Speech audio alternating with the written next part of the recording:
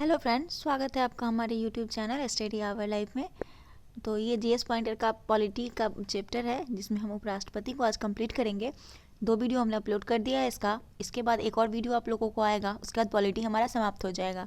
तो आप लोगों को रिवीजन के व्यू से ये बुक बहुत ही इंपॉर्टेंट है और एक बार आप लोग इस बुक से ज़रूर रिवीजन करके जाएँ एग्ज़ाम देने, चाहे वो आप लोग बुक के माध्यम से हो या फिर वीडियो के माध्यम से। अगर वीडियो हमारा अच्छा लगा तो वीडियो को एक ज़रूर लाइक कीजिएगा और जिन लोगों ने अभी तक हमारा चैनल सब्सक्राइब नहीं किया है उन लोगों से हम्बल रिक्वेस्ट है कि प्लीज़ आप लोग हमारे चैनल को सब्सक्राइब करें, सपोर्ट करें। तो चलिए शुरू करते हैं। तो पहला है उपराष्ट्रपति टॉपिक हमारा, इसे शुरू करते हैं। यहाँ से देखते हैं 1 घंटे में कितना वीडियो बन पाता है। तो सबसे पहले है कि भारत के उपराष्ट्रपति का निर्वाचन एक निर्वाचन गण द्वारा किया जाता है जिसके सदस्य होते हैं संसद के दोनों सदनों के सभी सदस्य। भारत को जो उपराष्ट्रपति का निर्वाचन होता है उस निर्वाचन गण द्वारा जिसके सदस्य होते हैं वो होते हैं संसद के दोनों सदनों के सभी सदस्य जो होते हैं उसके सदस्य होते हैं। दिया है सही कथन है। सही कथन, राष्ट्रपति की तरह उपराष्ट्रपति का चुनाव भी अप्रत्यक्ष होता है। उसका कथन 1 में दिया है कि कोई व्यक्ति उपराष्ट्रपति निर्वाचित होने का पात्र तभी होगा जब वह राज्यसभा का सदस्य होने के लिए अर्हित होगा। मतलब जब कह रहा है जब कोई व्यक्ति उपराष्ट्रपति निर्वाचित होने का पात्र तभी होगा जब राज्यसभा का सदस्य होने के लिए अर्हित होगा। सही है। उसके बाद से आर में दिया है कि उपराष्ट्रपति राज्यसभा का पदेन सभापति होता है। उपयुक्त वक्तव्यों के परिप्रेक्ष्य में सही उत्तर है। तो ए आर दोनों सही है और आर ए का सही मान्य स्पष्टीकरण भी है। अगला क्वेश्चन है कि उपराष्ट्रपति से संबंधित सही कथन है। तो किसी राज्य की विधायिका का सदस्य इस पद के लिए उम्मीदवार हो सकता है। उपराष्ट्रपति के कार्यकाल उतना ही होता है जितना कि राष्ट्रपति का होता है। तो जैसे कि आपको बता दें राष्ट्रपति का कार्यकाल 5 वर्ष का था, उसी तरीके से उपराष्ट्रपति का भी वैसे सेम ही होगा। उसके बाद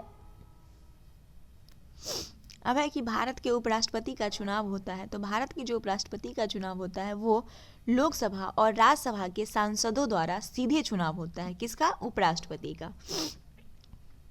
अब दिया है कि भारत का उपराष्ट्रपति भारत का द्वितीय उच्चतम प्रतिष्ठित पदधारी होता है। सही है। ये सारा कथन दिया हुआ है उपराष्ट्रपति के बारे में, जो सही कथन है इसे पढ़ते हैं। अब है उपराष्ट्रपति के पास पद से संबंध कोई औपचारिक कार्य दायित्व नहीं है। सही है। राष्ट्रपति की अनुपस्थिति में उसके कार्य का निर्वहन करता है। राष्ट्रपति की पद त्याग, अपदस्थीकरण अथवा मृत्यु के चलते राष्ट्रपति के रूप में कार्य करता है। सही है। अगर राष्ट्रपति पद पे नहीं है तो उपराष्ट्रपति राष्ट्रपति के रूप में कार्य कर सकता है। उसके बाद है उपराष्ट्रपति को उसके पद से द्वारा हटाया जा सकता है। तो उपराष्ट्रपति को उसके पद से राज्य परिषद या राज्यसभा के प्रस्ताव द्वारा हटाया जा सकता है। उपराष्ट्रपति का पदच्युत करने संबंधी प्रस्ताव प्रस्तुत किया जा सकता है राज्यसभा में। राज्यसभा का सभापति पदेन अध्यक्ष होता है। किसका? उपराष्ट्रपति उपराष्ट्रपति का पदेन अध्यक्ष होता है राज्यसभा का सभापति होता है कौन? उपराष्ट्रपति। किस सभा की अध्यक्षता ऐसे व्यक्ति के द्वारा होती है जो उसका सदस्य नहीं होता है। तो राज्यसभा की अध्यक्षता वैसे व्यक्ति द्वारा होता है जो उसके सदस्य नहीं होते हैं। अगला है कि ये महानुभाव उपराष्ट्रपति बनने से पूर्व राजदूत तथा उच्चायुक्त के पद पर रह रहे हैं। तो डॉक्टर एस राधाकृष्णन और वीवी गिरी, के आर नारायण, ये तीनों व्यक्ति जो थे उपराष्ट्रपति रहने से पहले राजदूत और उच्चायुक्त के पद पर रह चुके थे। अब है मोहम्मद हामिद अंसारी का भारत के उपराष्ट्रपति के रूप में क्रमांक 12वां है। मोहम्मद हामिद अंसारी का भारत के उपराष्ट्रपति के रूप में क्रमांक क्या था? 12वां था। अब है केंद्रीय मंत्री परिषद, इसे देखते हैं। सही कथन है प्रधानमंत्री की नियुक्ति राष्ट्रपति द्वारा की जाती है। प्रधानमंत्री मंत्री परिषद के प्रधान होता है। यह आवश्यक नहीं कि नियुक्ति के समय प्रधानमंत्री संसद के किसी सदन का सदस्य हो। कह रहा है कि यह आवश्यक नहीं है कि नियुक्ति के समय प्रधानमंत्री संसद के किसी सदन का सदस्य हो। ये सब कथन किसके बारे में है? तो प्रधानमंत्री के बारे में दिया हुआ कथन है।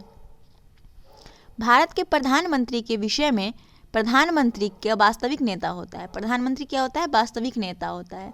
जबकि कार्यपालिका का प्रमुख कौन होता है? राष्ट्रपति होते हैं। भारत का प्रधानमंत्री की नियुक्ति होती है। भारत की प्रधानमंत्री की नियुक्ति होती है, जिसे हम लोग चुन के भेजते हैं, उसे नियुक्ति कहते हैं। उसके बाद भारत का प्रधानमंत्री मुख्य है केंद्रीय सरकार का। भारत का प्रधानमंत्री मुख्य है केंद्र सरकार। भारत के प्रधानमंत्री को हम लोग क्या बोलते हैं? केंद्र सरकार। उसके बाद भारतीय संविधान का अनुच्छेद 78 में प्रावधान है दायित्वों का प्रधानमंत्री के। 78 में क्या दिया हुआ है? प्रधानमंत्री का दायित्वों का प्रधान है। कैबिनेट में सम्मिलित होते हैं केवल कैबिनेट स्तर के मंत्री। संसदीय शासन में वास्तविक कार्यपालिका शक्ति होती है प्रधानमंत्री के पास। संघ सरकार के संदर्भ में सही कथन है। हर एक मंत्रालय को प्रधानमंत्री की सलाह पर भारत के राष्ट्रपति द्वारा किसी मंत्री को प्रदान किया जाना है। अगला है सही कथन है। राष्ट्रपति भारत सरकार का कार्य अधिक सुविधापूर्वक किए जाने के लिए और मंत्रियों में उक्त कार्य के आवंटन के लिए नियम बनाएगा। भारत सरकार की समस्त कार्यपालिका कार्रवाई राष्ट्रपति के नाम से ही की हुई कही जाएगी। फिर से एक बार रिपीट करते हैं कि राष्ट्रपति जो भारत सरकार का कार्य अधिक सुविधापूर्वक किए जाने के लिए और मंत्रियों में उक्त कार्य के आवंटन बनाए जाने के लिए भारत सरकार की समस्त कार्यपालिका कार्रवाई राष्ट्रपति के नाम से ही की हुई कही जाएगी। अब है कि यदि भारत के प्रधानमंत्री संसद के उच्च सदन के सदस्य हैं तो वो अविश्वास प्रस्ताव की स्थिति में अपने पक्ष में वोट नहीं दे सकेंगे। अगला है भारत का संविधान का प्रावधान जो मंत्रिपरिषद की नियुक्ति तथा पदच्युत को विवेचित करता है वो आर्टिकल 75 है। प्रधानमंत्री कार्यकाल अस्तित्व में आया 1977 में।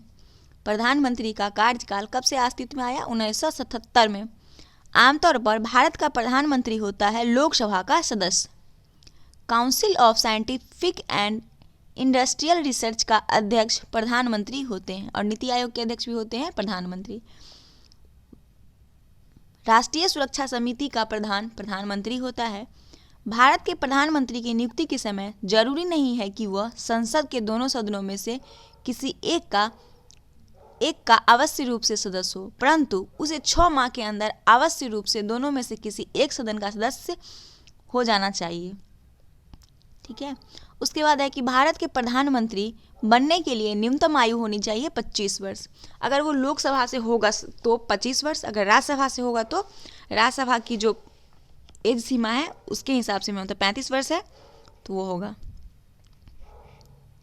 उप प्रधानमंत्री का पद सृजन है संविधान के प्रावधानों से हटकर हुआ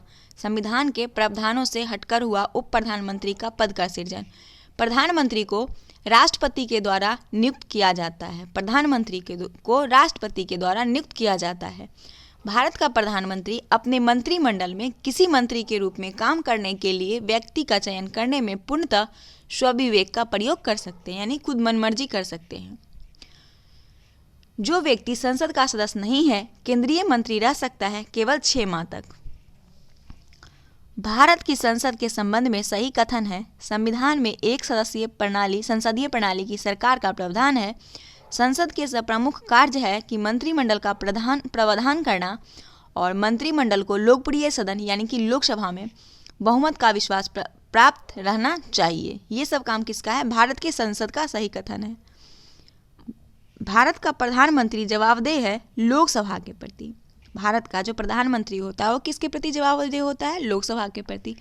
मंत्रिपरिषद सामूहिक रूप से उत्तरदायी होता है लोकसभा के प्रति एक संवैधानिक वाध्यता के अंतर्गत आर्टिकल 75(3) के अनुसार। केंद्रीय मंत्रिपरिषद के त्यागपत्र देने के उपरांत सही स्थिति है राष्ट्रपति वैकल्पिक व्यवस्था बनने तक उन्हें अपने पद पर बने रहने के लिए कहेंगे। वैकल्पिक व्यवस्था से अभिप्राय है कि यथासंभव शीघ्र नई सरकार के गठन हेतु आम चुनाव कराया जाए। अपदस्थ मंत्रिपरिषद नई सरकार बनने तक अपने पदभार का निर्वाह करेगी। अगला है सही कथन है।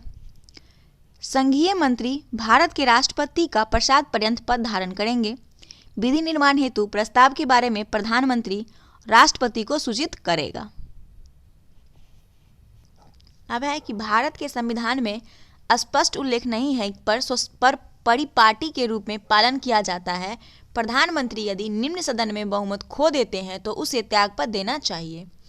ये चीज़ भारत के संविधान में नहीं लिखा है, लेकिन परिपाटी के रूप में पालन किया जाता है इसे।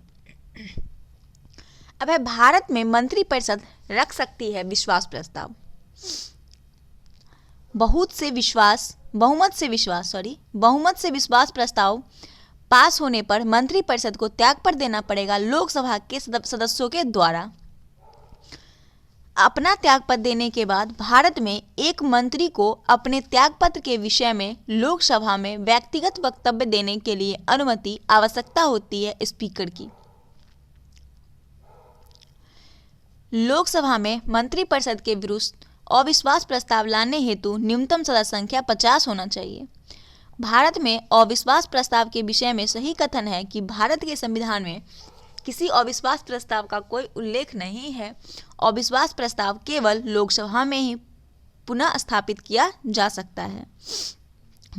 अविश्वास प्रस्ताव सिर्फ लोकसभा में ही लाया जाता है। अब है कि भारतीय राजनीति व्यवस्था में कार्यपालिका जो होती है वो विधायिका के अधीन रहकर कार्य करती है। भारतीय राजनीति व्यवस्था में कार्यपालिका जो है वो विधायिका के अधीन रहकर कार्य करती है। अब है वह नेता जो नेहरू की कैबिनेट में पहले गृह मंत्री तथा बाद में रक्षा मंत्री बने, वो कैलाश नाथ कटाजू थे। ये पहले पंडित जवाहरलाल नेहरू जब प्रधानमंत्री थे उस समय कैलाश नाथ कटाजू पहले गृह मंत्री थे, बाद में रक्षा मंत्री बने। स्वतंत्र भारत के प्रथम वित्त मंत्री थे। स्वतंत्र भारत के प्रथम वित्त मंत्री R.K. सन्मुख शेट्टी थे। इन्होंने स्वतंत्र भारत का पहला केंद्रीय बजट 26 नवंबर 1947 को प्रस्तुत किया था और 1948 को जॉन मथाई को वित्त मंत्री नियुक्त किया गया था। तो स्वतंत्र भारत का पहला बजट किसने पेश किया था? 26 नवंबर 1947 को R.K. सन्मुख, और 1948 में जॉन मथाई को वित्त मंत्री नियुक्त किया गया था।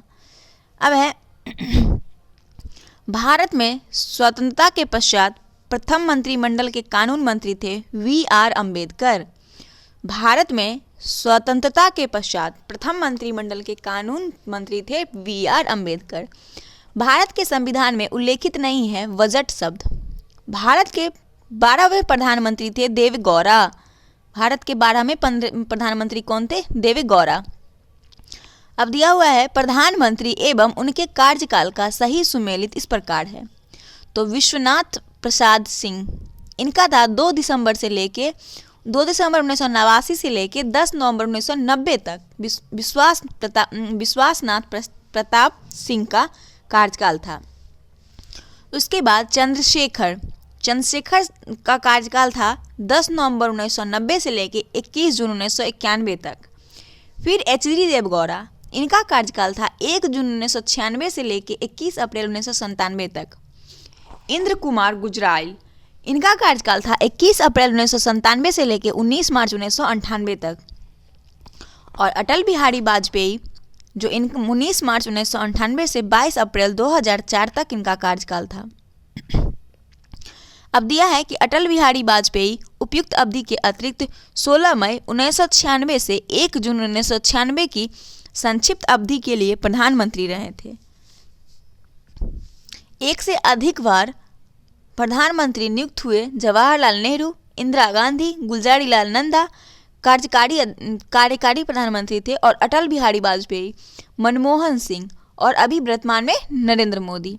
तो एक संक्षिप्त में दिया है कि अवधि के लिए प्रधानमंत्री रहे, एक से अधिक बार नियुक्त हुए हैं। तो ये कुछ नाम दिया हुआ है: जवाहरलाल नेहरू, इंदिरा गांधी, गुलजारीलाल नंदा, अटल बिहारी वाजपेयी और मनमोहन सिंह, और अभी वर्तमान में नरेंद्र मोदी। भारत के प्रधानमंत्री जिनकी मृत्यु देश से बाहर हुई वो लाल बहादुर शास्त्री थे। आगे देखते हैं। देवगौड़ा, मोरारजी देसाई, नरसिम्हा राव, चरण सिंह तथा चंद्रशेखर में से भारत के प्रधानमंत्री बनने से पूर्व किसी राज्य के मुख्यमंत्री नहीं रहे तो वो चंद्रशेखर थे। देवगौड़ा, I.K. गुजराल, चंद्रशेखर और मनमोहन सिंह में से कौन अपने प्रधानमंत्रित्व काल में लोकसभा के सदस्य थे? तो चंद्रशेखर। भारत के प्रधानमंत्री में से अपने कार्यकाल में संसद में कभी भी उपस्थित नहीं हुए तो वो चौधरी चरण सिंह थे, जो कभी भी अपने कार्यकाल में संसद में उपस्थित नहीं हुए। और संविधान में मंत्रिमंडल शब्द का एक ही बार प्रयोग किया गया है, जो आर्टिकल 352 में है। भारत के केंद्रीय वित्त मंत्री रहे थे VP Singh, R Venkataraman, YV Chauhan और प्रणब मुखर्जी। ये चारों भारत केंद्रीय वित्त मंत्री रहे थे। अब है कि उदारीकरण, निजीकरण और भूमंडलीकरण की नई आर्थिक नीति घोषित की गई प्रधानमंत्री पीवी नरसिम्हा राव के द्वारा।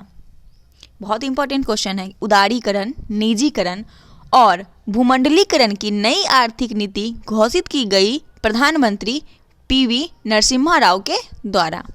पूर्व प्रधानमंत्री मनमोहन सिंह के संबंध में सही कथन है। तो मनमोहन सिंह भारत के पूर्व वित्त मंत्री, भारतीय रिजर्व बैंक के पूर्व गवर्नर और अंतर्राष्ट्रीय मुद्रा कोष में भारत के पूर्व प्रतिनिधि भी थे। तो ये पूर्व प्रधानमंत्री मनमोहन सिंह के बारे में दिया हुआ है। अब है कथन में कि मंत्री नीति बनाते हैं और लोक सेवक उनका क्रियान्वयन करते हैं। कारण दिया है कि संसद प्रणाली में मंत्रियों का उत्तरदायित्व का सिद्धांत कार्य करता है। तो कथन और कारण दोनों सही है, किंतु कारण का सही स्पष्टीकरण नहीं है। फिर कथन कारण है। कथन में दिया है कि भारत संघ में मंत्रिपरिषद संयुक्त रूप से लोकसभा और राज्यसभा दोनों के प्रति उत्तरदायी होता है। ये गलत है। मंत्रिपरिषद केवल लोकसभा के प्रति उत्तरदायी होता है। एक कारण में दिया है कि जब लोकसभा और राज्यसभा दोनों के सदस्य संघीय सरकार में मंत्री बनने के लिए पात्रता रखते हैं, तो कारण सही है। लोकसभा और राज्यसभा दोनों के सदस्य संघीय सरकार में मंत्री बनने की पात्रता रखते हैं। फिर कथन दिया है कि किसी व्यक्ति को उप प्रधानमंत्री कहना केवल राजनीतिक निर्णय है। सही है, वह उसे प्रधानमंत्री का कोई अधिकार प्रदान नहीं करता। तो आर भी सही है, ए आर दोनों सही है, किंतु आर ए का सही व्याख्या नहीं है। कैबिनेट समिति के संबंध में सही कथन है। तो संविधान में कैबिनेट समितियां का उल्लेख नहीं है। कैबिनेट समितियों प्रधानमंत्री द्वारा समय की जरूरत एवं परिस्थिति की आवश्यकता को ध्यान में रखते हुए गठित की गई थी। बिल्कुल सही है। कैबिनेट समिति के संबंध में सही कथन जो है वो संविधान में कैबिनेट समिति का उल्लेख नहीं है। अगला है, केंद्र सरकार में उच्चतम नागरिक सेवा अधिकारी मंत्रिमंडल यानी कैबिनेट सचिव होता है। संविधान संशोधन में से एक बताता है कि मंत्रिमंडल में कुल मंत्रियों की संख्या प्रधानमंत्री को सम्मिलित करते हुए लोकसभा के सदस्यों की कुल संख्या के 15% से अधिक नहीं होगी। 91वां संविधान संशोधन ये कहता है कि मंत्रिमंडल में कुल मंत्रियों की संख्या प्रधानमंत्री में सम्मिलित करते हुए लोकसभा के सदस्यों की कुल संख्या के 15% से अधिक नहीं होगा। केंद्रीय सरकार के संदर्भ में सही है। केंद्रीय सरकार 15 अगस्त 1947 को केंद्र में मंत्रालयों की संख्या 18 थी। कथन सही है। आधिकारिक दस्तावेज भारत से संबंधित है श्वेत पत्र। भारत का श्वेत पत्र है आधिकारिक दस्तावेज, यानी कि गवर्नमेंट का जो डॉक्यूमेंट्स होता है, फाइल होता है, वो श्वेत पत्र होता है। प्रत्येक राज्य की कार्यपालिका शक्ति इस प्रकार प्रयोग किया जाएगा जिसे संघ की कार्यपालिका शक्ति के प्रयोग में कोई अड़चन न हो, उस पर कोई प्रतिकूल प्रभाव न पड़े। ये आर्टिकल 257 में दिया हुआ है। उसके बाद है, संघीय मंत्रिमंडल का पुनर्गठन आधारित था गोपालास्वामी अयंगर के रिपोर्ट पर। संघीय मंत्रिमंडल का पुनर्गठन जो था वो किस पे आधारित था? तो वो आधारित था गोपालास्वामी अयंगर के रिपोर्ट पर। अब है मंत्रिमंडल सचिवालय का या के कार्य हैं। तो मंत्रिमंडल बैठकों के लिए कार्यसूची तैयार करना, मंत्रिमंडल समितियों के लिए सचिवालय सहायता प्रदान करना, ये मंत्रिमंडल सचिवालय का कार्य है। अब है सही सुमेलन है। जवाहरलाल नेहरू शांतिवन समाधि स्थल है, एलवी शास्त्री विजय घाट, इंदिरा गांधी शक्ति स्थल और राजीव गांधी का वीर भूमि है। ये समाधि स्थल है जिसमें जवाहरलाल नेहरू का शांति वन है, एलवी शास्त्री का विजय घाट, एलवी शास्त्री का लाल बहादुर शास्त्री का विजय घाट, इंदिरा गांधी का शक्ति स्थल, राजीव गांधी का वीर भूमि। अब है जय जवान जय किसान का नारा लाल बहादुर शास्त्री ने दिया था। स्वतंत्र भारत में प्रथम बार संसदीय सचिव का पद सृजित किया गया था 1991 में। फिर से रिपीट करते हैं, स्वतंत्र भारत का प्रथम संसदीय सचिव का पद कब सृजित किया गया था? 1951 में। अब है महान्यायवादी, महाधिवक्ता और सीजीए। ये तीनों बहुत इंपॉर्टेंट है, महान्यायवादी, महाधिवक्ता और सीजीए। इस तीनों को कंप्लीट करते हैं। तो सबसे पहले भारत सरकार को कानूनी विषयों पर परामर्श अटॉर्नी जनरल देता है। अटॉर्नी जनरल मतलब महान्यायवादी। नियंत्रक एवं महालेखा परीक्षक, मुख्य निर्वाचन आयुक्त, लोकसभा अध्यक्ष और महान्यायवादी में से राष्ट्रपति के प्रसाद पर्यंत अपना पद धारण करता है, वो है भारत का महान्यायवादी, जो राष्ट्रपति के सामने अपना प्रसाद पर्यंत पद धारण करता है। भारत के महान्यायवादी को नियुक्त किया जाता है राष्ट्रपति के द्वारा। भारत सरकार की प्रथम विधि अधिकारी या मुख्य विधि परामर्शदाता बोल सकते हैं, समझा जाता है महान्यायवादी को। भारत सरकार का प्रथम विधि अधिकारी कौन होता है? महान्यायवादी को समझा जाता है। अपने कर्तव्यों के पालन में भारत के राज्य क्षेत्र में सभी न्यायालयों में सुनवाई अधिकार होगा महान्यायवादी को। महान्यायवादी जो है भारत के किसी राज्य क्षेत्र में सभी न्यायालयों में सुनवाई कर सकता है। उसके बाद है भारत के महान्यायवादी यानी अटॉर्नी जनरल के विषय में वह भारत के राष्ट्रपति द्वारा नियुक्त किया जाता है। उसमें वही योग्यताएं होनी चाहिए जो सर्वोच्च न्यायालय के न्यायाधीश की होनी चाहिए। महान्यायवादी ऐसी पारिश्रमिक प्राप्त करेगा जो राष्ट्रपति अवधारित करेंगे। तो ये किसके बारे में है? अटॉर्नी जनरल यानी महान्यायवादी के बारे में स्टेटमेंट है। अब है संसद के किसी भी सदन का सदस्य न होते हुए भी उसे संसद के दोनों सदनों में बोलने अन्य कार्यवाही में सम्मिलित होने एवं किसी भी संसदीय कमेटी का सदस्य होने का अधिकार है, परंतु वोट देने का अधिकार नहीं। वो भारत का अटॉर्नी जनरल होगा यानी कि महान्यायवादी होगा। ठीक है, ये संसद का सदन का सदस्य नहीं हो सकता है। उसे संसद के दोनों सदनों में बोलने का अधिकार है, कार्यवाही में सम्मिलित होने का अधिकार है, कमेटी का सदस्य होने का भी अधिकार है, परंतु वोट डालने का अधिकार नहीं है।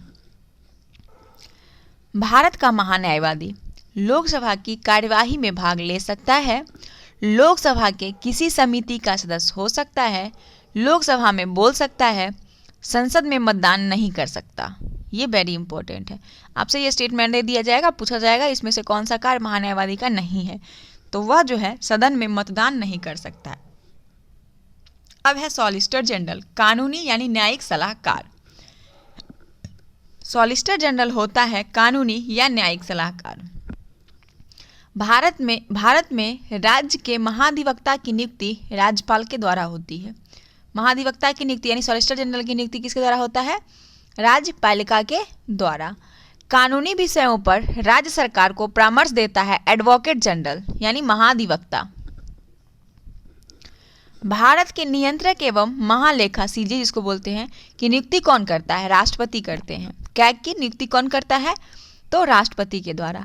भारत के नियंत्रक एवं महालेखा परीक्षक की नियुक्ति आर्टिकल 148 के अंतर्गत दिया है। भारत के नियंत्रक एवं महालेखा परीक्षक के संघ की लेखा संबंधी प्रतिवेदनों को सर्वप्रथम प्रस्तुत किया भारत के राष्ट्रपति को। किसको? भारत के राष्ट्रपति को। भारत के नियंत्रक एवं महालेखा परीक्षक के पद का सृजन संविधान द्वारा दिया गया है। भारत के नियंत्रक एवं महालेखा परीक्षक के पद पर नियुक्ति का कार्यकाल 6 वर्ष का होता है। कैग जो होता है, सीजीए जो होता है, वो उसका कार्यकाल कितने वर्ष का होता है? तो 6 वर्ष का होता है। और भारत के नियंत्रक एवं महालेखा परीक्षक का संबंध में सही है। उनकी नियुक्ति राष्ट्रपति के द्वारा होती है। उनका वेतन सर्वोच्च न्यायालय के न्यायमूर्ति के समान होता है और सेवानिवृत्ति के पश्चात वह अन्य सरकारी सेवा के अयोग्य हो जाते हैं।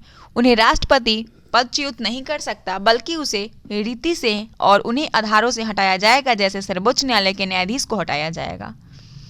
उसके बाद है कि भारत के नियंत्रक एवं महालेखा परीक्षक को उसके पद से हटाए जाने की प्रक्रिया उच्चतम न्यायालय के न्यायाधीश के समान है। भारत के नियंत्रक एवं महालेखा परीक्षक द्वारा पालन किया जाता है भारत की संचित निधि से होने वाले सभी विषयों के लेखा परीक्षण करना और उनके संबंध में प्रतिवेदन प्रस्तुत करना। ये सब काम किसका है? नियंत्रक एवं महालेखा परीक्षक का, यानी सीजीए का है। और आकस्मिकता निधि और लोक लेखाओं में होने वाली सभी व्यय लेखा परीक्षा करना और उनके संबंध में प्रतिवेदन प्रस्तुत करना। सभी व्यापार, निर्माण, लाभ और हानि लेखाओं का लेखा परीक्षा करना और उनके संबंध में प्रतिवेदन प्रस्तुत करना। ये किसका काम है? सीजीए का। अब है लोक निधि के फलोत्पादक और आशातीत प्रयोग को सुरक्षित करने के साथ साथ भारत में नियंत्रक महालेखा परीक्षक के कार्यकाल का महत्व है। सीएजी के मंत्रालयों द्वारा कार्यान्वित परियोजनाओं या कार्यक्रमों पर जारी किए गए प्रतिवेदनों पर लोक लेखा समिति विचार विमर्श करती है। सीएजी प्रतिवेदनों से सभी जानकारी के आधार पर जांचकर्ता एजेंसियों उन लोगों के विरुद्ध आरोप दाखिल कर सकती है जिन्हें लोक निधि प्रबंधन में कानून का उल्लंघन किया है। उसके बाद है नियंत्रक एवं महालेखा परीक्षक का टीका टिप्पणी पर उचित कार्यवाही करने की अंतिम जिम्मेदारी संसद को होती है। संसद लोक लेखा समिति की बैठकों में उपस्थित रहता है भारत का नियंत्रक महालेखा परीक्षक। संविधान का वह अनुच्छेद जो भारत के नियंत्रक और महालेखा परीक्षक के कर्तव्यों को निर्धारित करता है वो आर्टिकल 149 है। इसमें सीएजी का जो कर्तव्य है उस कर्तव्य को दिया हुआ है आर्टिकल 149 में। नियंत्रक एवं महालेखा परीक्षक की नियुक्ति राष्ट्रपति द्वारा होती है और उसे पद से हटाया जाता है।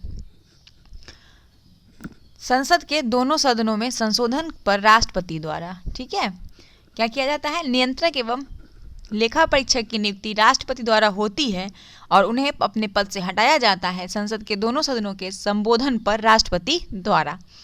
भारत का नियंत्रक एवं महालेखा एक मित्र एवं मार्गदर्शक होता है लोक लेखा समिति का। 1971 का संशोधन महालेखा नियंत्रक के कर्तव्य, शक्तियों और सेवा स्थिति अधिनियम लेखांकन यानी अकाउंटिंग, लेखा परीक्षण ऑडिटिंग को पृथक करता है और सीएजी को लेखों की तैयारी में उत्तरदायित्व से मुक्ति देता है। यह संशोधन 1976 में हुआ था। लोक निधि का अभिभावक कहा जाता है नियंत्रक एवं महालेखा परीक्षक को। क्या कहा जाता है? लोक निधि का अभिभावक। लोक वित्त सरकार के वित्तीय क्रियाकलापों का अध्ययन है। इसके अंतर्गत सार्वजनिक खर्च का परीक्षण होता है, सार्वजनिक राजस्व का, वित्तीय प्रशासन का। ये किसका कार्य होता है? लोक वित्त सरकार के क्रियाकलापों के अध्ययन। इसके अंतर्गत सार्वजनिक खर्च का परीक्षण किया जाता है, सार्वजनिक राजस्व और वित्तीय प्रशासन। भारत के सीजीए यानी नियंत्रक एवं महालेखा परीक्षक कार्य करते हैं लोक वित्त संरक्षक के रूप में। गिरीश चंद्र मुर्मू बने भारत के 14वें नियंत्रक एवं महालेखा परीक्षक। अब पढ़ेंगे वरीयता अनुक्रम। दिया है कि अग्रता क्रम में इनका सही क्रम है भारत के मुख्य न्यायाधीश, संघीय मंत्रिमंडल सदस्य, मुख्य निर्वाचन आयुक्त और मंत्रिमंडल का सचिव। ये इसका सही क्रम है अग्रता क्रम में। तो फिर से एक बार करते हैं। सबसे पहले भारत का मुख्य न्यायाधीश होगा, फिर संघीय मंत्रिमंडल का सदस्य होगा, फिर मुख्य निर्वाचन आयुक्त होंगे, फिर मंत्रिमंडल के सचिव होंगे। ये इसका वरीयता क्रम है। अब है महान्यायवादी, भूतपूर्व राष्ट्रपति, चीफ ऑफ स्टाफ्स और लोकसभा अध्यक्ष में से भारत सरकार की प्राथमिकता सारणी में भारत के मुख्य न्यायाधीश के ऊपर आता है भूतपूर्व राष्ट्रपति। किसके ऊपर? भारत के मुख्य न्यायाधीश के ऊपर कौन आता है? भूतपूर्व राष्ट्रपति। भारत सरकार में सर्वोच्च शासकीय अधिकारी है भारत के मंत्रिमंडल सचिव को। भारत सरकार में सर्वोच्च शासकीय अधिकारी है भारत के मंत्रिमंडल सचिव। भारतीय नयाचार यानी प्रोटोकॉल के अनुसार पूर्वता क्रम में उप प्रधानमंत्री, भूतपूर्व राष्ट्रपति, अपने राज्य में राज्यपाल तथा लोकसभा अध्यक्ष में सबसे पहले कौन आता है? तो सबसे पहले अपने राज्य में राज्यपाल आता है। अब है संसद, लोकसभा। संसद में सबसे पहले लोकसभा पढ़ेंगे। लोकसभा के लिए चुनाव में निर्वाचित होने के लिए किसी व्यक्ति के लिए न्यूनतम आयु सीमा कितना है? 25 वर्ष होना चाहिए। 84वें संशोधन अधिनियम द्वारा लोकसभा के कुल सदस्यों की सीटों की संख्या 1971 की जनगणना के आधार पर कर दी गई। ये तब तक बदली नहीं जाएगी जब तक एक वर्ष विशेष के बाद पहली जनगणना नहीं होगी। यह वर्ष विशेष है 2026। उसके बाद है भारत के संविधान में निर्धारित किए गए लोकसभा में सदस्यों की संख्या अधिकतम हो सकती है 550। लोकसभा में केंद्र शासित क्षेत्रों का सर्वाधिक प्रतिनिधित्व कितना हो सकता है? तो 20 हो सकता है। लोकसभा के सदस्यों की संख्या 525 से बढ़कर 545 कर दी गई। 31वें संशोधन ने वर्तमान में लोकसभा सदस्यों का अधिकतम निर्धारित संख्या 550 है। भारत के संविधान के अनुच्छेद 82 के अनुसार लोकसभा की सीटों का राज्यों के मध्य आवंटन डैश के आधार पर था, डैश जनगणना के आधार पर। तो 1971 का जो जनगणना था उसी के आधार पर लोकसभा सीटों का राज्यों में आवंटन किया गया। अब है कि लोकसभा में राज्यों को सीटें आवंटित होती है जनसंख्या के आधार पर। इन राज्यों की लोकसभा में अनुसूचित जाति और अनुसूचित जनजाति के लिए आरक्षण नहीं है। वो है अरुणाचल प्रदेश, गोवा, नागालैंड तथा सिक्किम। इन राज्यों में अनुसूचित जनजाति के लिए लोकसभा में स्थान आरक्षित नहीं है। वे अरुणाचल प्रदेश, बिहार, गोवा, हरियाणा, हिमाचल प्रदेश, केरल, नागालैंड, पंजाब, सिक्किम, तमिलनाडु, उत्तराखंड और उत्तर प्रदेश। इन सभी राज्यों में अनुसूचित जनजाति के लिए लोकसभा में स्थान आरक्षित नहीं है।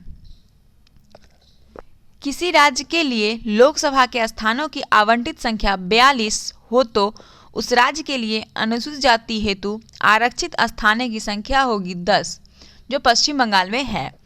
अब है कि लोकसभा में अनुसूचित जाति के लिए आरक्षित स्थानों की संख्या 84 है। संविधान के किस अनुच्छेद के अंतर्गत लोकसभा में अनुसूचित जातियों के आरक्षण का प्रावधान किया गया है? तो लोकसभा में अनुसूचित जातियों का प्रावधान अनुच्छेद 330 में है। लोकसभा में अनुसूचित जनजाति के लिए राज्य में सर्वाधिक आरक्षित सीटें मध्य प्रदेश में हैं, जो 6 हैं। राज्य से निर्वाचित होने वाले लोकसभा के सदस्यों की संख्या में वृद्धि करने से संबंधित है 7वां और 31वां संवैधानिक संशोधन। लोकसभा को कार्यकाल पूरा करने से पहले भंग किया जा सकता है प्रधानमंत्री या मंत्रिपरिषद की सिफारिश पर राष्ट्रपति के द्वारा। लोकसभा के कम से कम सत्र बुलाए जाते हैं वर्ष में 2 बार। सही कथन है, भारत का राष्ट्रपति ऐसे स्थान पर जिसे वह ठीक समझे संसद का सत्र आहूत कर सकता है। आहूत या आहन। संविधान एक वर्ष में संसद के न्यूनतम 2 सत्रों का प्रावधान करता है। एक वर्ष में दिनों की कोई न्यूनतम संख्या निर्धारित नहीं है। जब संसद का चलाना आवश्यक हो तब चला सकता है। मतलब कोई टाइम लिमिट नहीं है कि इसी दिन होना चाहिए, जब जरूरत पड़ता है वो बुला सकते हैं। उसके बाद है लोकसभा और राज्यसभा में गणपूर्ति की संख्या कुल सदस्य संख्या का 1/10 होता है। लोकसभा में सदस्यों की जो अधिकतम संख्या निर्धारित की गई है वह 550 है और वर्तमान में लोकसभा सदस्यों की संख्या 543 है। मतलब 550 से ज़्यादा नहीं होना चाहिए और मिनिमम 500। अभी कितना है? अभी 543 है। उसके बाद है कि संघीय क्षेत्रों को प्रतिनिधित्व प्राप्त होता है संसद के दोनों सदनों से। लोकसभा की बैठक समाप्त की जा सकती है स्थगन द्वारा, सत्रावासन द्वारा और विघटन द्वारा। स्थगन द्वारा, सत्रावासन द्वारा और विघटन द्वारा लोकसभा की बैठक को समाप्त की जा सकती है। लोकसभा के सत्र का अवसान करने के लिए प्राधिकृत है राष्ट्रपति। लोकसभा अधिवेशन गठित करने हेतु गणपूर्ति या कोरम है कुल सदस्यों की संख्या का 10वां भाग 1/10। लोकसभा का कार्यकाल आपातकाल की घोषणा के दौरान एक बार में एक वर्ष के लिए बढ़ाया जा सकता है। मतलब लोकसभा का जो कार्यकाल है वो आपातकाल की घोषणा के दौरान एक बार में 1 वर्ष के लिए ही बढ़ाया जा सकता है। लोकसभा राज्यसभा में प्रतिनिधि सर्वाधिक है उत्तर प्रदेश का। जनसंख्या ज़्यादा होगा वहीं सीटें ज़्यादा होगी, तो राज्यसभा और लोकसभा का सीट सबसे ज़्यादा कहाँ है? उत्तर प्रदेश में। लोकसभा में प्रतिनिधि के संदर्भ में राज्यों का क्रम है इस तरीके से। प्रथम स्थान पे यूपी है जो 80 सीटें हैं, महाराष्ट्र के पास 48 सीटें हैं और पश्चिम बंगाल तृतीय स्थान पे है जो 42 सीटें हैं। तो फिर से एक बार देखते हैं, प्रथम स्थान पे यूपी, दूसरे स्थान पे महाराष्ट्र, पश्चिम बंगाल तृतीय स्थान पे है। 80, 48, 42 इस तीनों को क्रम से याद कर ले। उत्तर प्रदेश, महाराष्ट्र, पश्चिम बंगाल 80, 48, 42। उसके बाद है लोकसभा के स्थान जो राजस्थान के लिए निर्धारित है वो है 25। लोकसभा के स्थान जो राजस्थान के लिए निर्धारित है वो है 25। अब है सुमेलित है, राज्य दिया है और लोकसभा प्रतिनिधि दिया हुआ है। देखते हैं कौन से राज्य में कितना लोकसभा प्रतिनिधि है। तो आंध्र प्रदेश में 25 लोकसभा प्रतिनिधि हैं, तमिलनाडु राज्य में 39 हैं, असम में 14, छत्तीसगढ़ में 11 और पंजाब में 13 हैं। एक बार फिर से रिपीट कर ले, आंध्र प्रदेश में 25 हैं, तमिलनाडु में 39, असम में 14, छत्तीसगढ़ में 11 और पंजाब में 13। अब है नोट में दिया हुआ कि ज्ञातव्य है कि जब तेलंगाना आंध्र प्रदेश का भाग था तब वहां कुल सीटों की संख्या 42 थी, किंतु तेलंगाना के पृथक हो जाने पर इनके मध्य सीटों का विभाजन हो गया और वर्तमान में आंध्र प्रदेश में 25 और तेलंगाना में 17 लोकसभा सीट है। और जब दोनों साथ में था तो कितना था? 42 था। अब है लोकसभा के 2 सदस्य निर्वाचित किए जाते हैं अरुणाचल प्रदेश, गोवा, मणिपुर, मेघालय, त्रिपुरा, दादर और नागर हवेली, दमन और द्वीप से। 2 सदस्य ऐसे निर्वाचित होते हैं जो इस राज्य से होते हैं। अब है राज्य केंद्र संघ शासित क्षेत्र के समूह की लोकसभा में कुल 1 सीट है। चंडीगढ़, सिक्किम, मिजोरम, नागालैंड, अंडमान निकोबार द्वीप समूह, लद्दाख, लक्षद्वीप और पुडुचेरी, इन सभी केंद्र शासित प्रदेशों में लोकसभा में केवल 1 सीट ही है। अब है डिलिमिटेशन के बाद यूपी में निर्वाचकों की संख्या 2019 के आंकड़े के अनुसार सबसे बड़ा लोकसभा संसदीय क्षेत्र है गाजियाबाद। सबसे बड़ा लोकसभा का संसदीय क्षेत्र कौन सा है? गाजियाबाद, 2019 के आंकड़ा के अनुसार।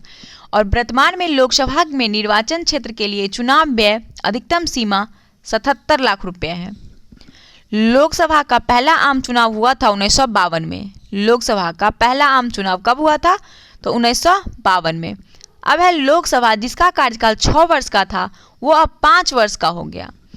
9वीं लोकसभा भंग की गई थी 13 मार्च 1991 को। 9वीं लोकसभा को कम भंग कर दिया गया था 13 मार्च 1991 को। भारत में 12वीं लोकसभा के लिए निर्वाचन हुए थी फरवरी 1998 में। लोकसभा का नेता प्रधानमंत्री होता है। लोकसभा का सर्वाधिक बड़ा यानी क्षेत्रफल के अनुसार से निर्वाचन क्षेत्र लद्दाख है। भारत में लोकसभा या स्पीकर अध्यक्ष जो होता है वो चयनित किया जाता है। लोकसभा के स्पीकर का चयन होता है लोकसभा के सभी सदस्य के द्वारा। अब है कि अपने पद की शपथ नहीं लेता है लोकसभा का अध्यक्ष, और अभी लोकसभा के अध्यक्ष कौन है? ओम बिरला। लोकसभा का अध्यक्ष अपना त्याग पर सौंपता है उपाध्यक्ष को। लोकसभा के अध्यक्ष को हटाया जा सकता है लोकसभा के सभी सदस्यों के बहुमत से पारित संकल्प के द्वारा। लोकसभा के अध्यक्ष को हटाया जा सकता है।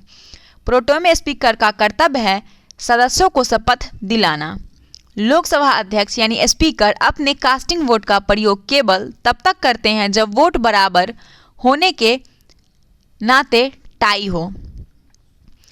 अब दिया है संविधान का एक अनुच्छेद उपबंधित करता है कि मत बराबर होने की दशा में लोकसभा के अध्यक्ष का मत निर्णायक मत होगा।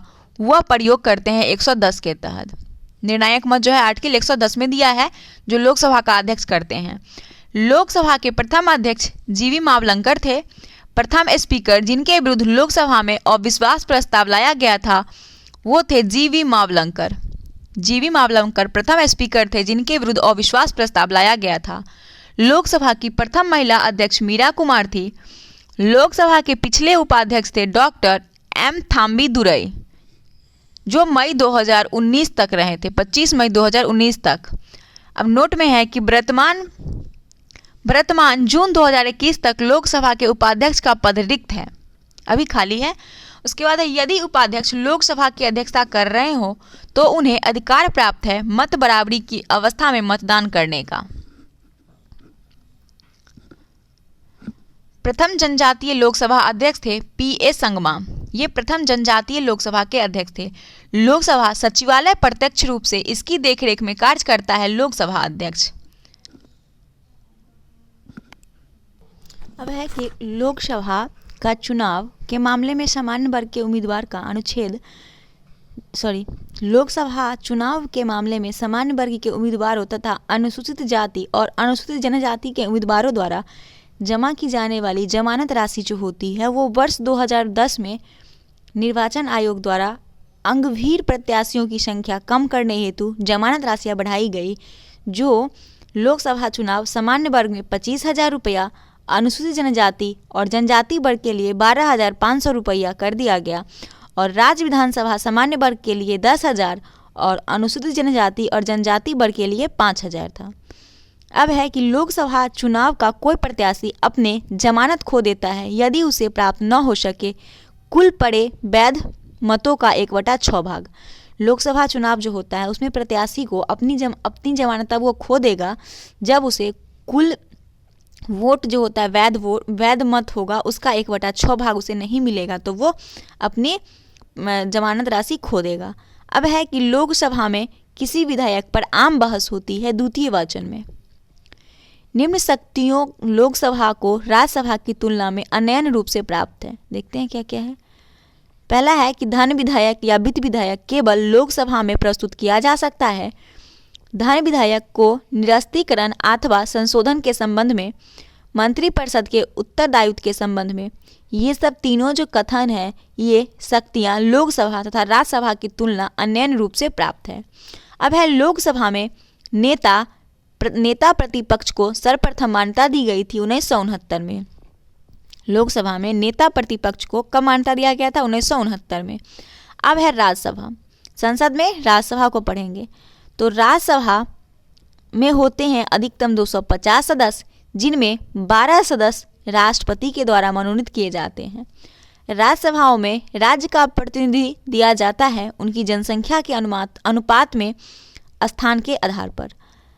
राज्यसभा के सदस्य चुने जाते हैं राज्य की विधानसभाओं के निर्वाचित सदस्यों के द्वारा। राज्यसभा के सदस्य का कार्यकाल कितने वर्ष का होता है? 6 वर्ष का होता है। राज्यसभा को अस्थायी सदन कहते हैं क्योंकि इसे विघटित नहीं किया जा सकता। हमारे संविधान के अनुसार राज्यसभा का कार्यकाल समाप्त होने का विषय नहीं है। राज्यसभा के संदर्भ में सही कथन है इसके 1/3 सदस्य प्रति 2 वर्ष में अवकाश प्राप्त करते हैं। अधिक कथन है ए में है कि राज्यसभा का विघटन नहीं होता है। सही है, इसे यथासंभव 1/3 सदस्य हर दूसरे वर्ष सेवानिवृत्त हो जाते हैं। तो दोनों कथन सही है और RA का सही व्याख्या भी करता है।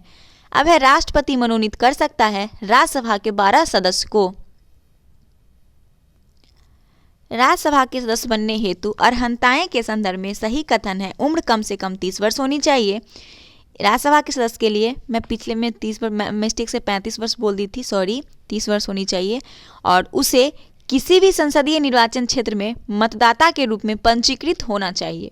ठीक है, तभी वो राज्यसभा का सदस्य होगा और राज्यसभा के अंतर्गत लाभ का पद धारित नहीं होना चाहिए। उसके बाद है राज्यसभा की एकांतिक शक्ति के अंतर्गत आता है नई अखिल भारतीय सेवाएं का सृजन। राज्य सूची के विषय के संदर्भ में विधि बनाने की संसद की शक्ति के बारे में सही है। राज्यसभा में घोषित करना होगा कि ऐसा करना राष्ट्रीय हित में है। राज्यसभा को उपस्थित और मत देने वाले सदस्यों में कम से कम 2/3 सदस्य द्वारा सामर्थ्यिक संकल्प पारित करना होगा। और तीसरा है ऐसी विधि संपूर्ण भारत या उसके किसी भाग के लिए बनाई जा सकती है। अब है कि राष्ट्रहित में भारत की संसद राज्य सूची के किसी भी विषय पर विधिक शक्तियां प्राप्त कर लेती है यदि उसके लिए एक संकल्प राज्यसभा द्वारा अपने उपस्थित एवं मत देने वाले सदस्यों से कम 2/3 बहुमत से पारित कर लिया जाए तो। सही कथन है कि राज्यसभा में धन विधायक को या तो अस्वीकार करने या संशोधित करने की कोई शक्ति निहित नहीं है। राज्यसभा अनुदानों की मांग पर मतदान नहीं कर सकती। राज्यसभा में वार्षिक वित्तीय विवरण पर चर्चा हो सकती है। ये कथन राज्यसभा के बारे में है। अब कथन 1 में दिया है कि किसी धन विधायक के लोकसभा द्वारा पारित किए जाने और राज्यसभा पर को पारित किए जाने के बाद राज्यसभा की सिफारिशें लोकसभा द्वारा सिफारिशों की प्राप्त 14 दिनों के अंदर अनिवार्यतः स्वीकार की जानी होती है और तत्पश्चात उन्हें विधायक अंगीकृत किया जाना होता है। तो एक गलत है। आर में दिया है कि धन विधेयक राज्यसभा में पेश नहीं किया जा सकता, तो आर सही है। धन विधेयक सिर्फ लोकसभा में पेश किया जाता है। अब है वह विशेषाधिकार जो भारत के संविधान द्वारा राज्यसभा को प्रदत्त किए जाते हैं, वह है राज्य संसद को राज्य सूची में नियम बनाने और अथवा एकाधिक अखिल भारतीय सेवाओं का सृजन करने हेतु सशक्त बनने के लिए एक प्रस्ताव पारित करना। संसद को राज्य सूची के विषय के संदर्भ में विधि बनाने की शक्ति प्रदान करता है अनुच्छेद 239। प्रथम अभिनेत्री जो राज्यसभा के लिए नामांकित की गई नरगिस दत्त थी। प्रथम अभिनेत्री थी जो राज्यसभा के लिए नामांकित हुई थी, उसका नाम नरगिस दत्त था। राज्यसभा का अनयन अधिकार यानी एकांतिक शक्ति जो होता है वो नई अखिल भारतीय सेवा के सृजन हेतु स्तुति करना है। राज्यसभा को लोकसभा के समान शक्तियां प्राप्त होती है संविधान में संशोधन के विषय में। भारत के संविधान की चौथी अनुसूची को सही वर्णित करता है। इसमें राज्यसभा के स्थानों का आवंटन अब है सही सुमेलित है। देखते हैं। आंध्र प्रदेश में राज्यसभा सीटें 11 है, महाराष्ट्र में राज्यसभा सीटें 19 है, कर्नाटक में राज्यसभा का सीट 12 है और पश्चिम बंगाल में राज्यसभा का सीट 16 है। तो तेलंगाना के गठन के बाद आंध्र प्रदेश में राज्यसभा का सीटें 11 तथा तेलंगाना में 7 हो गया। उसके बाद है सही सुमेलित है। तमिलनाडु राज्यसभा सीटें 18, गुजरात राज्यसभा सीटें 11, राजस्थान का राज्यसभा सीटें 10, मध्य प्रदेश का राज्यसभा सीटें 11। देखिए 11 वाला को एक साथ कर लिए, गुजरात और मध्य प्रदेश, गुजरात और मध्य प्रदेश दोनों का 11-11 है। उसके बाद बिहार राज्यसभा सीटें 16 है, बिहार का तो याद रखें ही। बिहार में कितना राज्यसभा सीटें हैं? 16। केरल में राज्यसभा सीटें 9 है, उड़ीसा का राज्यसभा सीटें 10 है और उत्तर प्रदेश में राज्यसभा सीटें 31 है। तो सबसे ज़्यादा उड़ीसा का ही है, इसे उत्तर प्रदेश का ही है। अब है छत्तीसगढ़, हिमाचल प्रदेश, झारखंड और जम्मू कश्मीर में से कहा राज्यसभा के लिए निर्वाचित सदस्य की संख्या सबसे कम है। तो सबसे कम जो है हिमाचल प्रदेश में 3 है। राज्यसभा का अध्यक्ष उपराष्ट्रपति पदेन अध्यक्ष होता है। राज्यसभा या सदन का अध्यक्ष उसका सदस्य नहीं होता है, तो राज्यसभा का सदस्य नहीं होता है। अब है कि राज्यसभा के वर्तमान सभापति वेंकैया नायडू हैं। राज्यसभा के निश्चित अधिकतम सदस्यों की संख्या 250 होती है।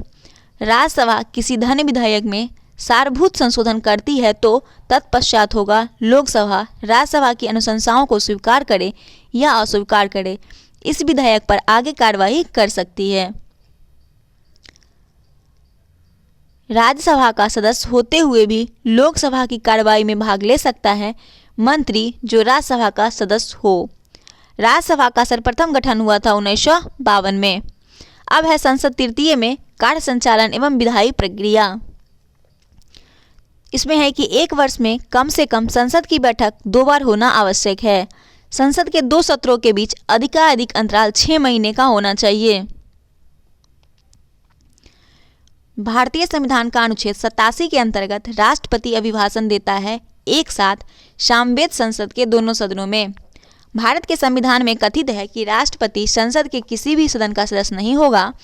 संसद राष्ट्रपति और 2 सदनों को मिलकर बनेगी। संसद जो है राष्ट्रपति और दोनों सदनों को मिलकर बनती है।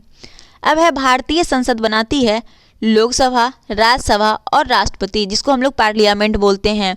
वो लोकसभा प्लस राज्यसभा प्लस राष्ट्रपति के मिलने से सांसद का निर्माण होता है। अब है राष्ट्रपति संसद का हिस्सा होता है। राष्ट्रपति किसका हिस्सा होता है? संसद का।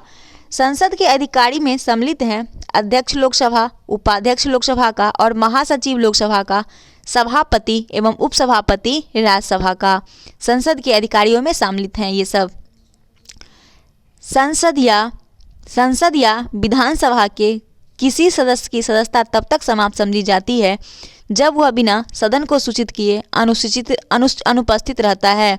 तो वह अगर 60 दिन तक बिना कोई सूचना के अनुपस्थित होते हैं तब उसे सदस्यता समाप्त समझी जाती है। सर्वप्रथम एक संसद या विधायिका को इस प्रकार आधार पर सदस्यता से अयोग्य घोषित किया गया, वह सदन की अनुमति के बिना उसकी 60 लगातार बैठकों में अनुपस्थित रहे तो वो राज्यसभा है। अब है संसद के सदस्यों के विशेषाधिकार तथा उन्मुक्तियों को निर्धारित करता है अनुच्छेद 105। सही कथन है संसद यानी निर्भरताएं या निवारण अधिनियम 1959 में कई पदों को लाभ का पद के आधार पर निर्भरताएं से छूट देता है। उपयुक्त अभियान अब तक 5 बार संशोधित किया गया है। शब्द लाभ का पद भारत के संविधान में परिभाषित नहीं किया गया है। ये तीनों कथन संसद के लिए सही है। न्यायालयों द्वारा संसद की कार्रवाई की जांच करना प्रतिबंधित किया गया है अनुच्छेद 122 के तहत। किसी मंत्री के विरुद्ध विशेषाधिकार प्रस्ताव उठाया जा सकता है जब वह किसी मामले के तथ्यों को रोकता है या तथ्यों को बिगड़ा हुआ वर्णन देता है।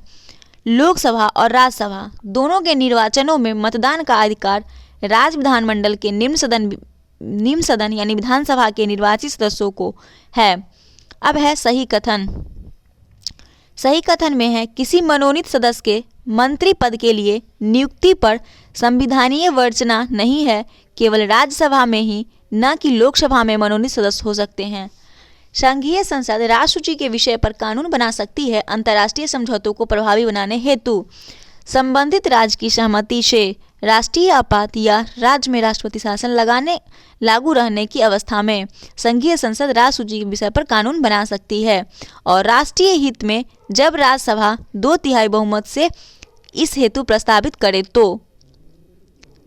उसके बाद है अब है अंतर्राष्ट्रीय संधियों को भारत के किसी भाग अथवा संपूर्ण में लागू करने के लिए सांसद कोई भी कानून बना सकती है बिना किसी राज्य की सहमति से। संविधान की किसी विषय सूचियों में दिए गए विषयों के अतिरिक्त विषयों पर कानून बना सकती है संसद। ऐसी क्रियाविधि जो धन विधेयक को अंगीकार करा लेगी जिसे एक बार लोकसभा द्वारा पारित किया जा चुका हो किंतु राज्यसभा द्वारा संशोधित किया गया हो, यह क्रियाविधि पारित समझा जाएगा यदि लोकसभा इसे दोबारा संशोधन को स्वीकार अथवा अस्वीकार करते हुए पास कर दे तो। धन विधेयक को प्रमाणित करता है स्पीकर। सदन का सदस्य सदन के लिए किसी भी सदस्य को बोलने से रोक सकता है और अन्य किसी सदस्य को बोलने दे सकता है। यह घटना कहलाती है बैठ जाना। शून्यकाल संसदीय व्यवस्था की देन है भारत की। लोकसभा में शून्यकाल की अवधि अधिक से अधिक होती है 1 घंटे की। लोकसभा में शून्यकाल का समय दोपहर 12 बजे से लेकर अपराह्न 1 बजे तक है। राजनीति शब्दावली में शून्यकाल का अर्थ है प्रश्न उत्तर का सत्र। अंतर्राष्ट्रीय समझौते को प्रभावी बनाने हेतु संसद राज्य सूची के विषय पर कानून बना सकती है अनुच्छेद 253 के अंतर्गत। अब है सही कथन। धन विधेयक लोकसभा में पुनः स्थापित किया जा सकता है। लोकसभा द्वारा पारित धन विधेयक राज्यसभा द्वारा पारित मान लिया जाएगा यदि राज्यसभा द्वारा इस पर कोई कार्यवाही नहीं की जाती है तो 14 दिनों तक। उसके बाद वह पारित समझा जाएगा धन विधेयक। राज्यसभा को धन विधेयक प्राप्त होने के बाद इसे लोकसभा को वापस किया जाना 14 दिनों के अंदर। यदि राष्ट्रपति ने संसद के संयुक्त सत्र के लिए अधिसूचना जारी कर दी और इस बीच लोकसभा विघटित हो जाए तो संयुक्त सत्र यथासमय आहूत होगा। अब है जब संसद के दोनों सदनों की संयुक्त बैठक में कोई विधेयक निर्दिष्ट किया जाता है तो इसे पारित किया जाना होता है उपस्थित तथा मत देने वाले सदस्यों के साधारण बहुमत के द्वारा। संसद के दोनों सदनों की बैठक संयुक्त रूप से अध्यक्षता कौन करता है तो लोकसभा का स्पीकर यानी अध्यक्ष। संसद के दोनों सदनों की संयुक्त अधिवेशन आयोजित होता है एक ऐसे साधारण विधेयक पर विचार करने और उसे पारित करने के लिए जिस पर दोनों सदन में मतभेद हो। अब है सही कथन। भारत में संसद के दोनों सदनों की संयुक्त बैठक का प्रावधान अनुच्छेद 108 में है। लोकसभा तथा राज्यसभा की प्रथम संयुक्त बैठक 1961 में हुई थी। भारतीय संसद के दोनों सदनों की दूसरी संयुक्त बैठक सेवा आयोग यानी निरसन बिल पारित करने के लिए होती है। ये तीनों कथन संसद के लिए सही है। उसके बाद है भारतीय संसद के दोनों सदनों की प्रथम संयुक्त बैठक हुई थी दहेज उन्मूलन विधेयक के संबंध में। भारतीय संसद के दोनों सदनों में जो बैठक हुआ था पहली बार, वो किस चीज़ के लिए हुआ था? दहेज उन्मूलन विधेयक संबंध में। लोकसभा और राज्यसभा के बीच गतिरोध की स्थिति में संसद की संयुक्त बैठक बुलाई जाती है साधारण विधि निर्माण यानी सामान्य विधेयक को पारित करने की स्थिति में। कोई कानून विधेयक रखा जा सकता है दोनों में से संसद के एक पटल पर। अब है सही कथन, देखते हैं। लोकसभा में लंबित कोई विधेयक उसके सत्रावासन पर व्यापक नहीं होता यानी लैप्स नहीं होता है। राज्यसभा में लंबित कोई विधेयक जिसे लोकसभा ने पारित नहीं किया लोकसभा के विघटन पर व्यापंगत नहीं होगा। ये दोनों कथन सही है संसद के बारे में। सही कथन है कि जब राष्ट्रपति के निर्वाचन में संसद के दोनों सदनों के मनोनीत सदस्य को मतदान का कोई अधिकार नहीं होता है तो उनको उपराष्ट्रपति के निर्वाचन में मतदान करने का अधिकार होता है।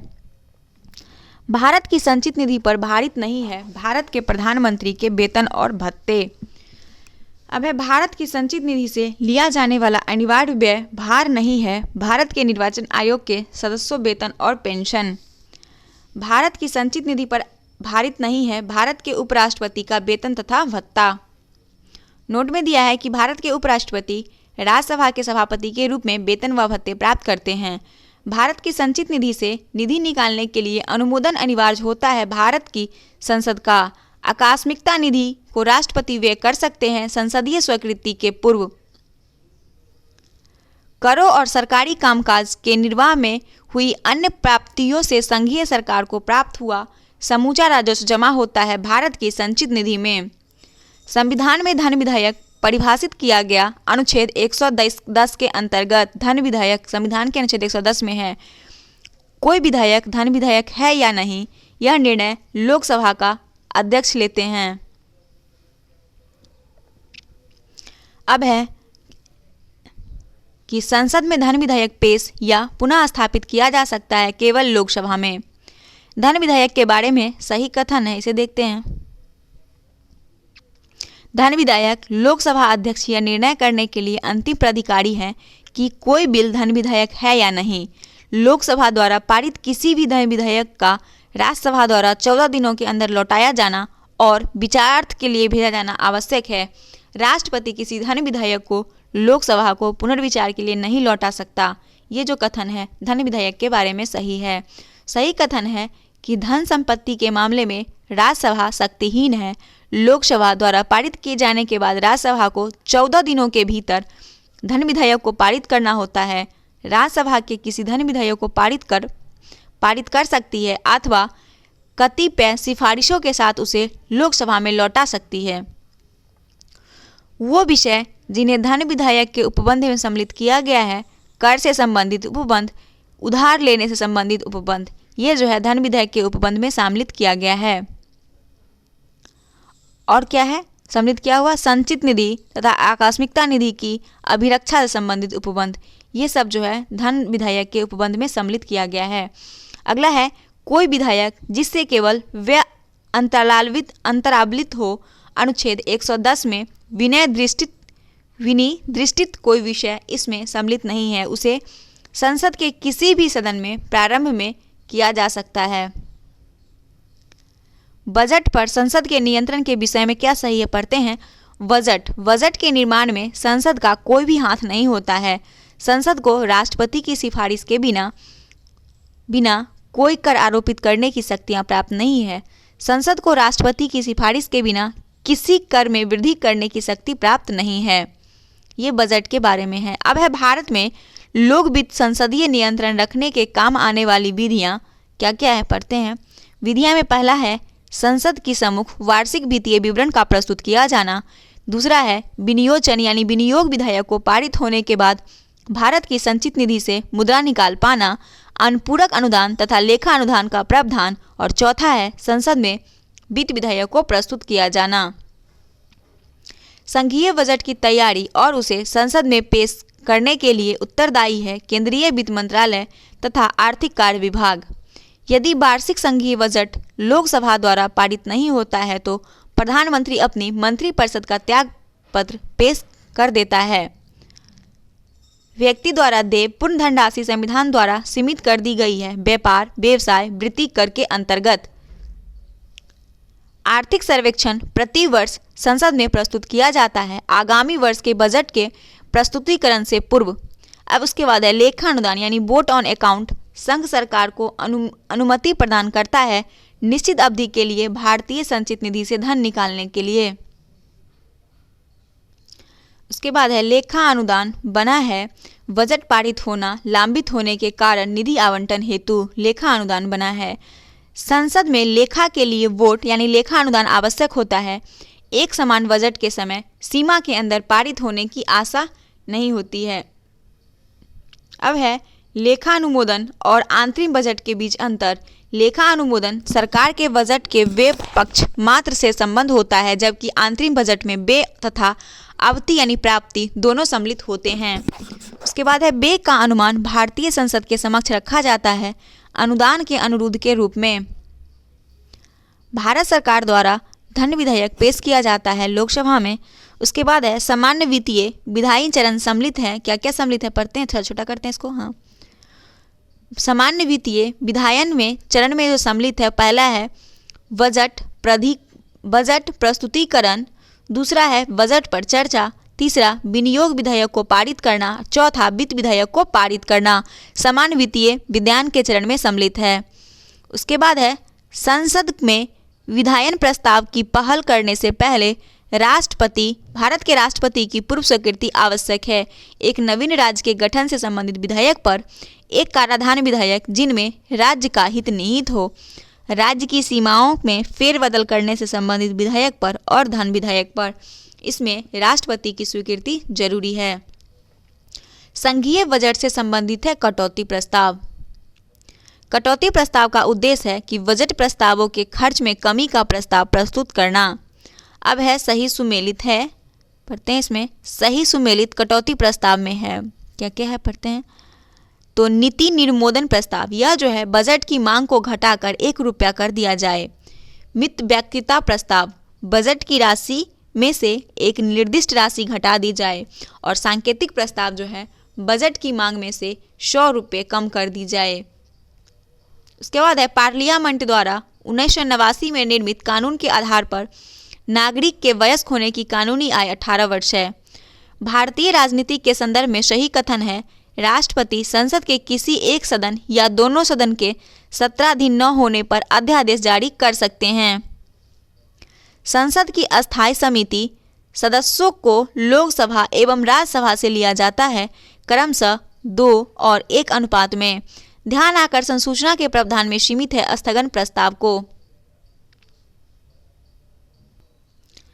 अब है भारत की संसद मंत्री परिषद के कृत्यों के ऊपर नियंत्रण करती है स्थगन प्रस्ताव प्रश्नकाल अनुपूरक प्रश्न के द्वारा। संसदीय प्रक्रिया में गिलोटिन का अर्थ होता है विधायक पर बहस को बंद कर देना। किसका? गिलोटिन का अर्थ होता है तारांकित प्रश्नों के विषय में सही है, उत्तर मौखिक दिए जाते हैं और पूरक प्रश्न पूछे जाते हैं। तारांकित प्रश्न का ये दिया है कि उत्तर जो है वो मौखिक रूप से दिया जाता है और प्रश्न जो है वो पूरक प्रश्न पूछे जाते हैं। अब है कि भारतीय संसद में स्थगन प्रस्ताव लाने का उद्देश्य सार्वजनिक महत्व के निश्चित अतः आवश्यक मुद्दे पर बहस करने हेतु है। उसके बाद है कि लोकसभा की प्रक्रिया में कार्य संचालन नियम 377 के अधीन लोकसभा के सदस्यों द्वारा एक दिन में अधिकतम कितने मामले उठाए जा सकते हैं। तो एक दिन में 30 मामले से ज़्यादा नहीं उठाया जा सकता है। अब कथन में दिया है, कथन ए है कि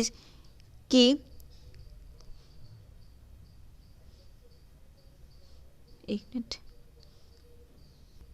अगला है सरकार लोकसभा के नियम 184 के अंतर्गत वाद विवाद पसंद नहीं करता है। कारण दिया है कि इस नियम में वाद विवाद के समय साथ साथ मतदान का भी प्रावधान है। तो ए आर दोनों सत्य है और आर ए का सही व्याख्या भी है। अब है संघ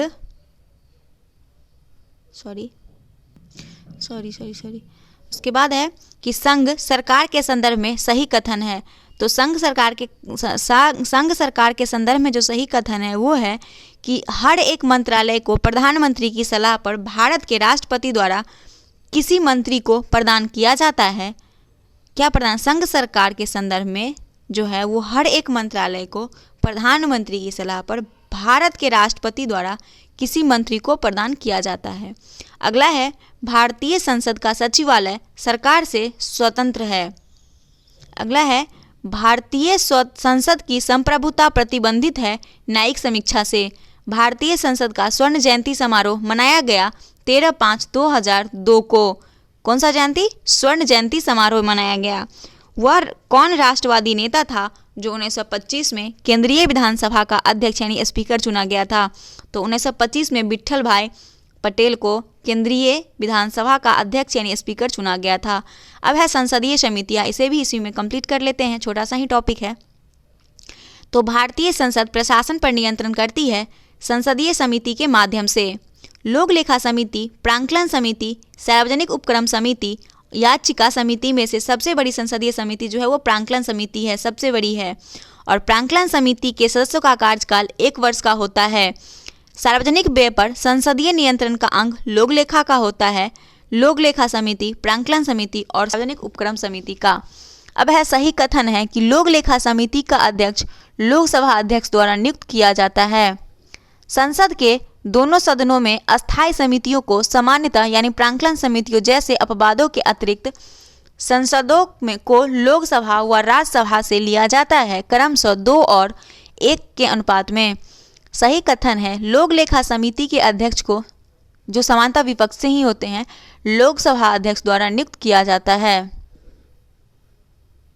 अब है सही कथन है, लोक लेखा और सार्वजनिक उपक्रमों की समिति से राज्य सभा के सदस्य संबोधित होते हैं, जबकि प्रांकलन समिति के सदस्य केवल लोकसभा से ही लिए जाते हैं। सही है, संसदीय कार्य मंत्रालय कुल मिलाकर संसदीय कार्य की मंत्रिमंडलीय समिति के निर्देशन में कार्य करता है।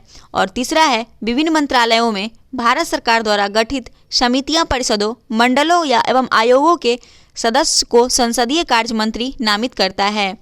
उसके बाद है, राज्यसभा का प्रतिनिधित्व नहीं होता है आंकलन यानी प्रांकलन समिति में। राज्यसभा का प्रतिनिधित्व नहीं होता है। अब है, सार्वजनिक लेखा समिति अपनी रिपोर्ट सांसद, राष्ट्रपति, प्रधानमंत्री, वित्त मंत्री, संसद प्रस्तुत करती है। तो सार्वजनिक लेखा समिति रिपोर्ट जो है वो संसद को देती है। लोक लेखा समिति अपनी रिपोर्ट प्रस्तुत करती है लोकसभा स्पीकर को।